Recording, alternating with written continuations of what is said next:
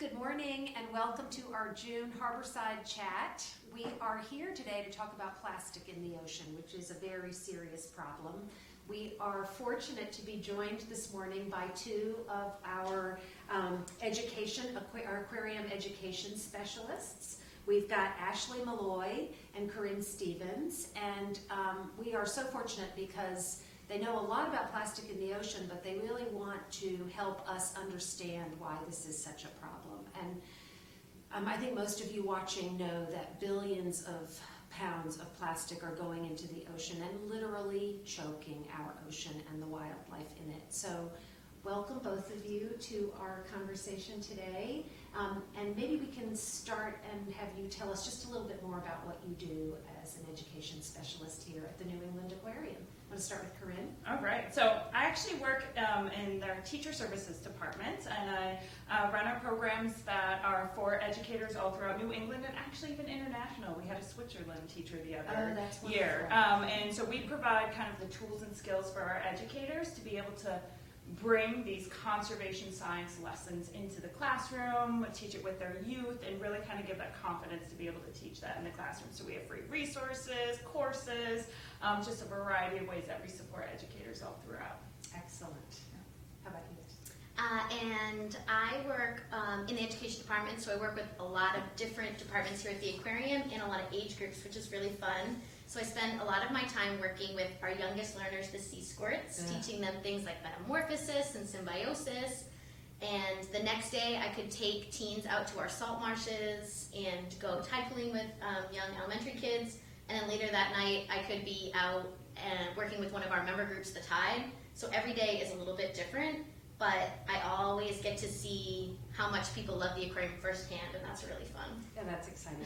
So I've been working on this issue of plastics in the ocean for decades now, actually, and it is remarkable to see how just in the last couple of years this issue has sort of come to life. I think that we now know much more about the science around this problem, and we understand that plastic is really impacting wildlife in the ocean. And I know from our own vets, and sadly the 420-pound leatherback turtle that we were able to rescue last fall didn't make it because we found plastic ingested in its belly. So this is a real issue, and one of the things that I think is good, exciting about it is that it's tangible. So much of what happens in the ocean you can't see, and we see plastic, we see it on land, and there's direct action we can take. So I'm wondering if you can explain for us, I understand we have a little show and tell, if you can just show us sort of what's the problem and how do you explain this to kids who are interested in this issue and in this challenge?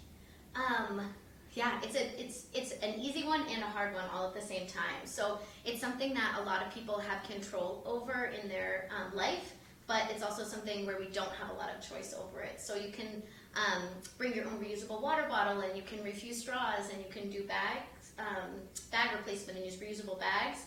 But by banding together and kind of talking to corporations and local governments, we can take it even farther and just make it easier and easier for us to be able to refuse plastic and have other options. 80% of all the plastic that ends up in our ocean comes from inland, according to NOAA, the National Oceanic Atmospheric Administration. Yeah. And so much of that we can have control over. And I like to think that people are not taking trash and physically throwing it into the ocean. Right. I hear from so many people that they love the ocean and that it's a problem, so I don't think people are physically doing that.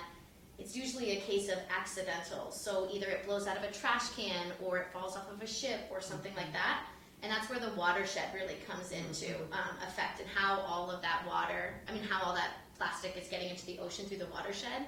So this is a little activity that we do.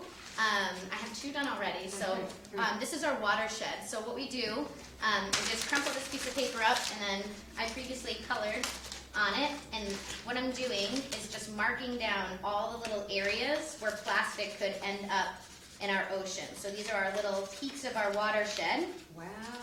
And when it rains, any piece of pollution or plastic or anything, chemicals, all that is on any part of these little peaks when it rains is washed into the ocean. And all water ends up in the ocean. and it takes with it all of that garbage that can be with it. So as it rains, you can see all of our watershed in effect.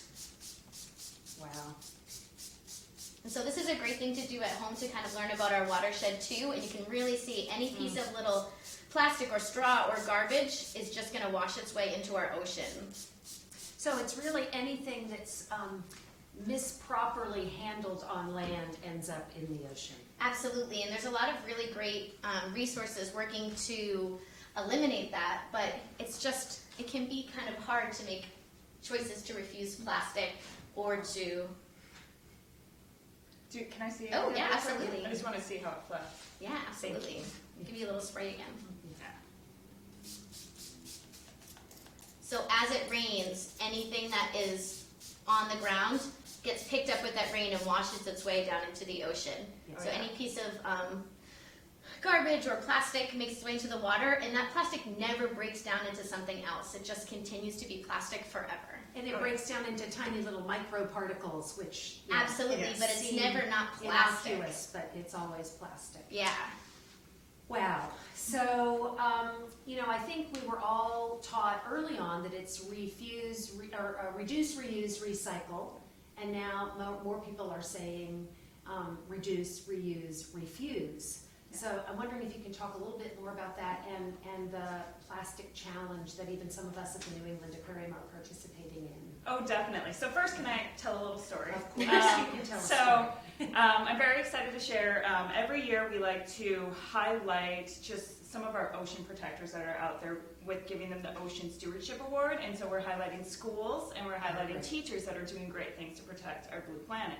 And we have this one group that won it this year, our Belfast Refuse, Reduce, Reuse, and Recycle. So they even changed the order. That's awesome. Yes, and they're basically kindergarten through 5th graders. So we're talking about elementary students that have gathered together. They've created campaigns, banners, posters, everything to really show awareness and bring to light the plastic pollution problem, as well as they've actually even done campaigns and worked with not only their school district, but with also the mayor within the area to try to get rid of plastic straws within their district. So they've made big school changes. And so it's just amazing to hear these stories of people banding together and really taking action. And so what we are going to do is we are actually doing the Plastic Free July Eco Challenge. This is something that Plastic Free July kind of started back in Australia many years ago, and now it's an international kind of challenge that is happening here in the States.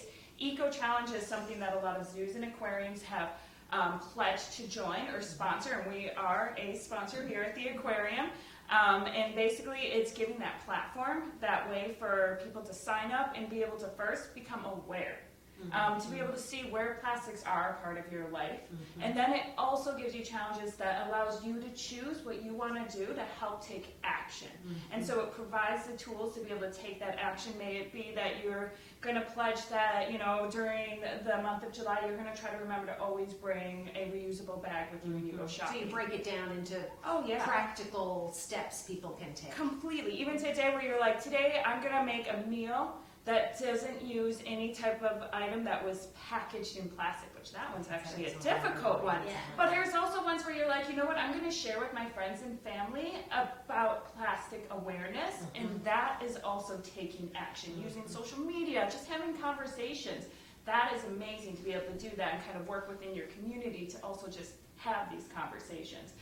So we're going to do it for our staff and our volunteers, but we are also opening it up for our community to join us. So we have our Protectors of the Blue community team. Anyone can join us on the ecochallenge.org. And we're excited to really kind of start having these constructive conversations and really start taking action. It's a great summer project if you're watching, so sign up. Yeah, absolutely. That's really great. For sure. So it's interesting that you're working with teachers and students, because how much of this do you see generated by the interest of the teacher or by the interest of the kids? My guess is this may be a situation where the kids are pushing the teachers. Yeah, and a lot of times that's what we're seeing, is that it's the students that are really kind of learning about what's happening, and they are ready. They're inspired. They want to take that action. They want to make that difference. And so they're kind of pushing to have that happen. I mean, even right here in Arlington, there was another school group of kids that got together, and I think it was second grader students that were also doing stuff to start. They started composting in their school. They started all because they learned about this issue, and they formed a green team and created that so that they can make a difference in their organization, or school, I should say. So we've talked some about younger kids. Ashley, talk to us maybe a little bit about what you're finding in the millennial group and how they are engaging on this issue. You talked about the Tide. Are there specific projects that we're doing with them? Absolutely. So just for World Oceans Day, we had our World Oceans Day celebration, and it was themed on plastics. I actually had one of my sea squirts, not a millennial, but a sea squirt come, and he was so inspired by learning about plastics that for Father's Day, the next weekend, he bought his dad a reusable water bottle for the present so he could be plastic free. But at those events like World Oceans Day and the Tide events, we really spend a lot of time having conversations with people about ways that you can kind of prevent plastic in your life, or surprising ways that plastic is in your life that maybe you're not aware of. How you can write to people like your politicians and your representatives about trying to eliminate plastic. So at the Tide events, there's a lot of just really in-depth, good conversations that we're having. So we're fortunate to live in a city like Boston that has banned single-use plastic bags, and of course we're working through our own advocacy around the statewide plastic bag ban. And so it's important to remember that there are actions you can take at the political level too, not just in your own life. So it takes all of this to really turn the tide on this issue. So one of the questions I sometimes get is, there are so many things wrong with the ocean, and climate change is sort of the ubiquitous challenge. Why care about plastics? Like, does my straw really make that big of a difference? How do you talk about that with the kids you're engaging? Absolutely. I think that kids are kind of the easiest to inspire because they're just so passionate about things, and everything is exciting for them when they're learning about it. So you already kind of have that buy-in from them, that they're very, very excited already. And they really care about the animals, and they want that empathy is really important for them. I'd say sometimes it could be a little bit more of a challenge with some of our older visitors, or even like our college visitors, or my straw doesn't matter, but every single straw really matters. Every single individual person and your voice banding together to be a louder voice really matters. Oh yeah, I think that collective action, as well as when we do finally get to those points where we can ban that production of these plastic products, we are then also making a change when it comes to climate change, because it is that production that is also These are petroleum-based products. Exactly, right? So I think by, again, building that awareness, and we can easily do that with our youth, with our adults, that this is a problem, and then collectively coming together and figuring out what actionable steps can we do to help, so that it's, we're working with industry, we're working with the government, and we're finding ways to come up with good alternatives, which we can do. And I think that's a really important piece of this, because there are companies engaged in this challenge, and they want to solve the problem as well. They don't want to lose revenue around their products, and they're trying to find alternatives as well. And here in our own cafe, we've made the commitment to go single-use plastic-free. And from a business standpoint, those are tough decisions to make, because we have vendor contracts and we have commitments, but it can be done where there's a will, there's a way. Absolutely. I've been loving hearing the conversations when I go to get lunch in the cafe with visitors that are surprised of things made out of the compostable material and the effort that we're going to put into it.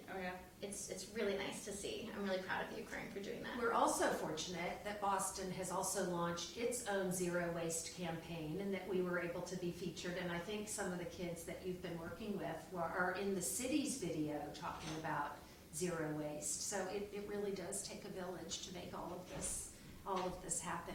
I'm wondering if we have any questions from our audience today. Does anyone have a question who's watching us? I think just what can people do at home? Yeah, okay. What are some really concrete steps people can take to feel like they're making a difference? So we do have a question from the audience, and that is, what can people do at home? What are some practical steps I can start to take tomorrow in my everyday life?